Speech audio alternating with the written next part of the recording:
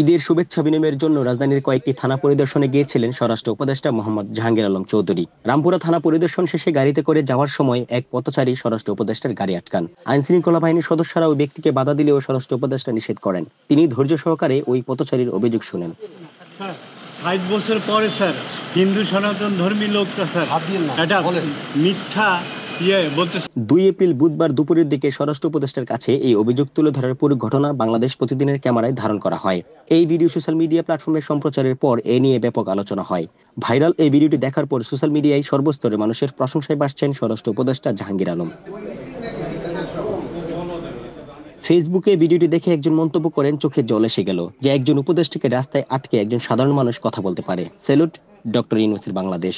আরেকজন মন্তব্য করেন, স্বরাষ্ট্র উপদেষ্টাকে ধন্যবাদ, তিনি আমজনতাকে মূল্যায়ন করেছেন। গাড়ি থামিয়ে অভিযোগকারী ব্যক্তি বলেন, স্যার ৬০ বছর পর হিন্দু সনাতন ধর্মাবলম্বী লোকেরা একটা মিথ্যা বলতেছে। আমরা ৬০ বছর আগে নিলামে জমি কিনছি স্যার, এই কথা বলে আমাদের উঠাই দিতেছে। ৬০ বছর পরে স্যার হিন্দু সনাতন ধর্মী লোকটা স্যার এটা মিথ্যা বলতেছেন। আমরা ৬০ বছর আগে আমরা কিনছি, নিলামে জমি কিনছি, এই কথা কয়ে স্যার আমাদের স্যার উঠাই দিতেছে স্যার, কেস করে স্যার। এ সময় স্বরাষ্ট্র উপদেষ্টা অভিযোগকারীর নাম জিজ্ঞেস করেন। জবাবে তিনি বলেন, স্যার আমার নাম সৈয়দ মোশাররফ আলী, আমি কৃষি ব্যাংকের ম্যানেজার ও প্রতিবন্ধী স্কুলের স্বেচ্ছাসেবী শিক্ষক।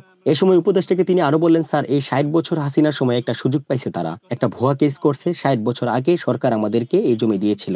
স্যার আমার নাম সৈয়দ মোশাররফ আলী, রাজবাড়ী, আমি রিটায়ার্ড ম্যানেজার কৃষি ব্যাংকে, প্রতিবন্ধী স্কুলের শিক্ষক, স্বেচ্ছাসেবী শিক্ষক। স্যার এই ৬০ বছর পরে সেই হাসিনার সময় একটা সুযোগ পাইছে, তারা স্যার একটা ভুয়া কেস করছে, করে দিচ্ছে সব জায়গাতেই স্যার।